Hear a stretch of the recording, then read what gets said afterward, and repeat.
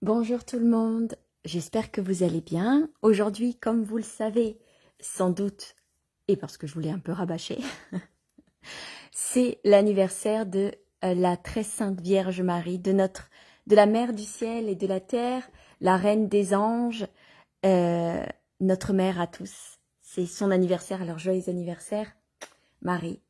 Euh, alors pour fêter son anniversaire, je vais vous faire la lecture de l'évangile donc de sa naissance, bien sûr, et tout à l'heure on fera un rosaire en cadeau d'anniversaire, parce que quoi faire d'autre que lui offrir quelque chose de spirituel à notre Mère du ciel, à toutes et à tous, c'est le rosaire, puisque c'est la Vierge du rosaire. Donc je vais vous faire la lecture de l'évangile de Maria Valtorta. Donc Maria Valtorta ici présente est une mystique italienne qui pendant la Seconde Guerre mondiale a reçu les visions de la naissance de la Vierge Marie jusqu'à jusqu'à son assomption, jusqu'à sa dormition. Donc il y a 10 tomes et elle a énormément souffert parce que Maria Valtorta est restée alitée pendant plus de 20 ans. Elle ne pouvait plus marcher. Enfin bref, ça a été une vraie torture. Et donc elle a reçu ces visions euh, où elle en a écrit, où ça a été édité en 10 tomes, donc toute la vie de Marie, toute la vie de Jésus, etc. On a la grâce de pouvoir connaître intimement maintenant Jésus et Marie grâce à cet évangile, et entre nous soit dit, c'est beaucoup, pardon là-haut, moins chiant que la Bible. La Bible, j'ai jamais réussi à la terminer. C'est une tannée pour moi, mais les évangiles, je les ai dévorés, j'ai adoré. Et ça m'a permis d'être plus proche de Marie, plus proche de Jésus, plus proche de Saint Joseph. Enfin bref. Et donc, Jésus appelle Maria Valtorta Petit Jean, parce que Jean était son apôtre préféré. Et comme tous les lots de mystiques, hein, vous le savez, on souffre, etc. Et donc, aujourd'hui, pour son anniversaire, je vais vous lire la naissance de Marie, sa virginité dans la pensée éternelle du Père. Vision du 26 août 1944. Je vois Anne, donc Anne, la mère de Marie, sortir du jardin potager. Elle s'appuie au bras d'une parente, sûrement parce qu'elle lui ressemble. Elle est bien grosse et paraît fatiguée, peut-être aussi sous l'effet de la chaleur, toute pareille à celle qui m'accable. Le jardin a beau être ombragé, l'air est brûlant, torride, un air à couper au couteau, comme une pâte molle et chaude, tant il est lourd sous un ciel impitoyable, d'un bleu que la poussière en suspension dans l'air assombrit légèrement. La sécheresse doit s'être installée depuis longtemps, car les terres, là où elle n'est pas irriguée, est littéralement réduite en une très fine poussière, presque blanche, d'un blanc qui tend un peu vers le rose sale. En revanche, l'arrosage la rend marron-rouge foncé, au pied des plantes, ou le long des courtes plates-bandes, où poussent des rangs de légumes, et autour des rosiers, jasmins et autres fleurs et fleurettes, qui se trouvent surtout devant et le long d'une belle tonnelle qui coupe en deux le verger jusqu'à la lisière des champs d'avoine moissonnée. Même l'herbe du pré qui marque l'extrémité de la propriété est sèche et rare. Ce n'est qu'à la limite, là où se trouve une haie d'aubépines sauvages, déjà toute parsemée des rubis et de ses petits fruits, que l'herbe est plus verte et touffue. Il y a là des brebis et leurs petits bergers, en quête de pâture et d'ombre. Joachim, le père de la Vierge Marie, se tient autour des rangées de légumes et d'oliviers. 2 hommes sont là pour l'aider. Malgré son âge, il est alerte et a plaisir à travailler. Ils sont en train d'ouvrir de petites rigoles au bord d'un champ pour amener de l'eau aux plantes assoiffées. Et l'eau se fraye un chemin en gargouillant entre l'herbe et la terre sèche. Elles forment des bouches qui paraissent un moment être d'un jaune cristallin, puis ne sont plus que des cercles sombres de terre humide autour des cèpes et des oliviers lourds de fruits. Anne se dirige lentement vers Joachim, en passant par la tonnelle ombragée, sous laquelle des abeilles d'or bourdonnent, avides du suc des grains de raisin blanc. À sa vue, il se hâte d'aller à sa rencontre. « Tu es venu jusqu'ici ? La maison est chaude comme un four. Et tu en souffres. C'est l'unique souffrance de mes derniers moments de grossesse. Elle est commune à tous, hommes et bêtes. Ne reste pas trop à la chaleur, Joachim. L'eau, qu'on espère depuis si longtemps et qui semblait proche depuis 3 jours, n'est pas encore venue, et la campagne brûle. Heureusement que nous avons près d'ici une source au débit si abondant. J'ai ouvert les canaux. C'est un faible soulagement pour les plantes dont les feuilles sont fanées et couvertes de poussière, mais cela servira à les garder en vie. S'il pouvait pleuvoir. Joachim scrute le ciel avec l'anxiété de tout cultivateur, tandis que Anne, fatiguée, s'évente à l'aide d'un éventail fait d'une feuille sèche de palmier, entrelacée de fils multicolores, qui lui donne sa rigidité. La parente dit « Là-bas, des nuages rapides apparaissent au-delà du grand Hermon. Le vent vient du nord, il rafraîchira. Peut-être donnera-t-il de l'eau. Cela fait 3 jours qu'il se lève, mais qu'il tombe au lever de la lune. Ce sera encore la même chose. » Joachim est découragé. « Retournons à la maison, dit Anne. Ici, c'est irrespirable, et je pense qu'il vaut mieux rentrer. » Une pâleur qui envahit son visage lui donne un teint encore plus olivâtre. « Tu souffres ? » ?»« Non, mais j'éprouve cette grande paix que j'ai ressentie au temple quand la grâce de la maternité m'a été accordée, et de nouveau quand j'ai su que j'allais être mère. Cela ressemble à une extase, une douce somnolence du corps alors que l'esprit jubile et entre dans une paix à laquelle rien n'est humainement comparable. Je t'ai aimé, Joachim, et lorsque je suis entrée dans ta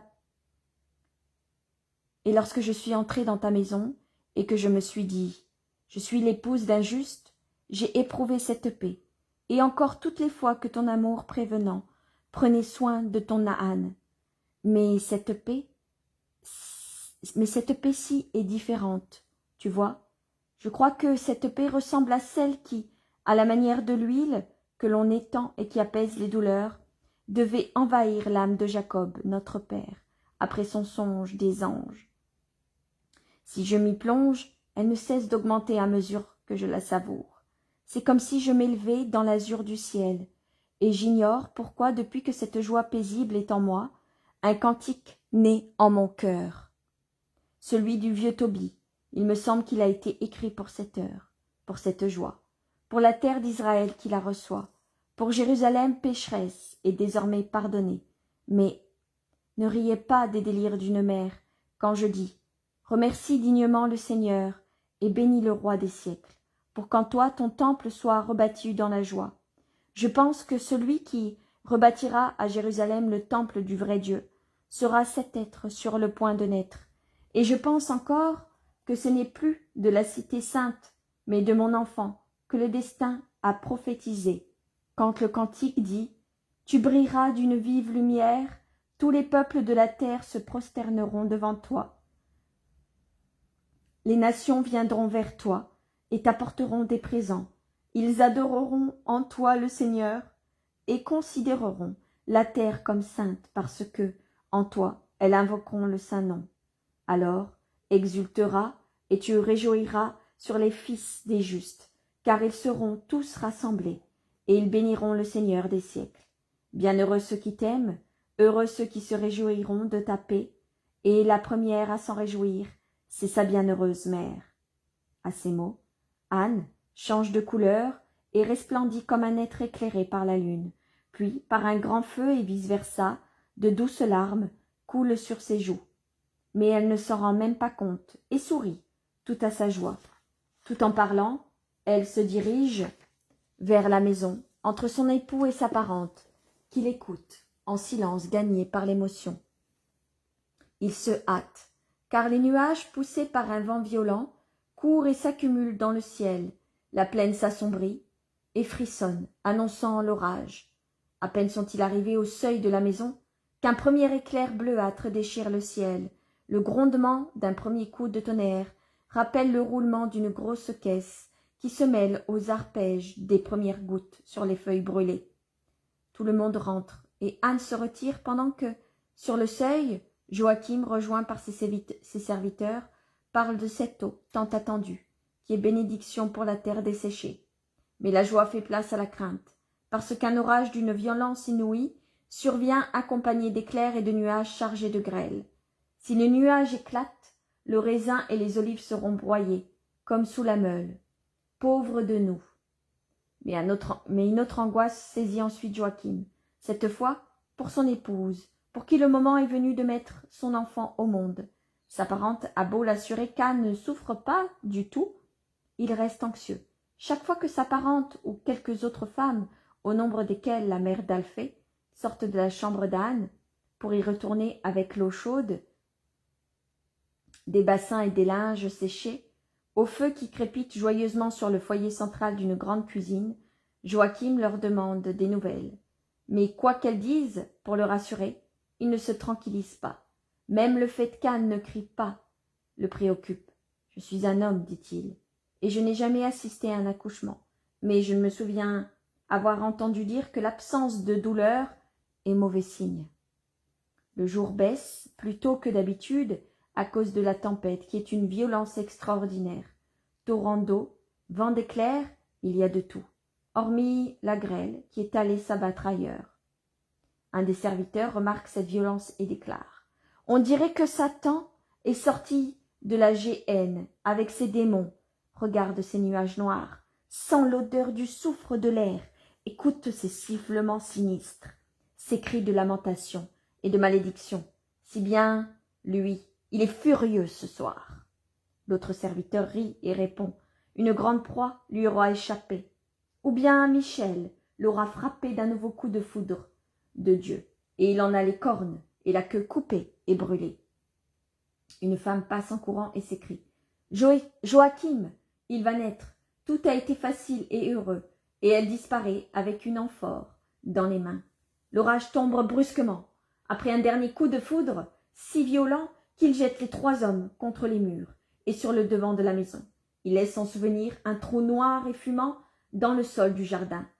Cependant, un vagissement traverse la porte d'Anne, pareil à la plainte d'une tourterelle, qui pour la première fois ne piaille plus, mais roucoule.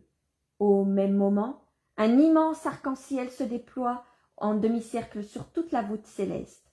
Il sort, ou du moins paraît sortir du sommet de l'Hermont, qui sous la caresse du soleil semble d'une couleur d'albâtre, d'un blanc rosé, des plus délicats. Il s'élève au plus haut d'un ciel de septembre très clair, traverse les étendues vierges de toute impureté, survole les collines de Galilée, à la plaine qui apparaît au sud entre 2 figuiers, mais encore un autre mont, et paraît poser son extrémité au bout de l'horizon, là où une chaîne de montagnes abruptes bouche la vue. Quel spectacle inouï! Regardez, regardez! Il semble encercler toute la terre d'Israël. Mais voyez, voilà une étoile alors que le soleil n'est pas encore disparu. Et quelle étoile!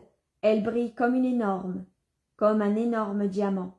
Et là, c'est la pleine lune, alors qu'il manque encore 3 jours pour y arriver. Mais regardez, quelle splendeur! Les femmes surviennent, toutes joyeuses, tenant un poupon, rose dans les linges blancs. C'est Marie, la mère de Jésus, une Marie toute petite qui pourrait dormir dans les bras d'un enfant. Une Marie pas plus longue que le bras, une petite tête d'ivoire teintée de rose pâle et des lèvres rouges qui déjà ne pleurent plus, mais tentent instinctivement de téter, si petites qu'on ne voit pas comment elles pourront saisir l'extrémité du sein. Un petit bout de nez, entre 2 bonnes joues bien rondes, et quand on la chatouille pour lui faire ouvrir les yeux, 2 morceaux de ciel apparaissent, 2 pointes bleues et innocents, qui regardent sans voir, entre de fins cils blonds, presque roses, à force d'être blonds. Sur sa petite tête ronde, les cheveux eux-mêmes ont la teinte rose blond, de certains miels ambrés.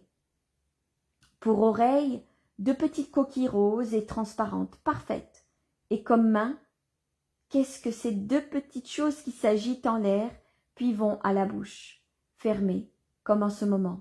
Elles ressemblent à 2 boutons d'églantine, qui ont fondu les sépales verts, et présentent leur soie de rose pâle, ouverte comme maintenant. On dirait 2 joyaux d'ivoire ou d'albâtre, à peine rosés, avec 5 ongles grenat clair. Comment feront donc ses mains pour essuyer tant de larmes? Quant aux pieds, où sont-ils? Pour l'instant, ce ne sont que de petits petons, cachés dans les langes, mais voilà que la parente s'assied et les découvre. Oh, les petits pieds! Ils ont 4 centimètres de long, leur plante est une coquille couleur de corail, le dessus étant une autre couleur de neige veinée de bleu. Des orteils sont les chefs-d'œuvre de sculpture lilliputienne, couronnés eux aussi de petites écailles grenat clair. Comment trouvera-t-on les sandales quand ces pieds de poupée feront leurs premiers pas? Comment se tenir debout sur de si petits pieds? Et comment permettront-ils de faire un chemin si rude et de soutenir une telle douleur sous une croix? Mais aujourd'hui, on l'ignore encore et on rit, on sourit, en regardant s'agiter et gigoter de belles jambettes bien tournées, des cuisses minuscules potelées au point de faire des fossettes et des replis, un petit ventre, une nuque renversée en arrière, un petit thorax parfait. Sous la soie blanche, on voit le mouvement de la respiration. Et si, comme le repère le fait maintenant, on y pose la bouche pour faire un bisou, on entend sûrement y battre un petit cœur. Le plus beau que la terre ait porté au cours des siècles, l'unique cœur humain immaculé.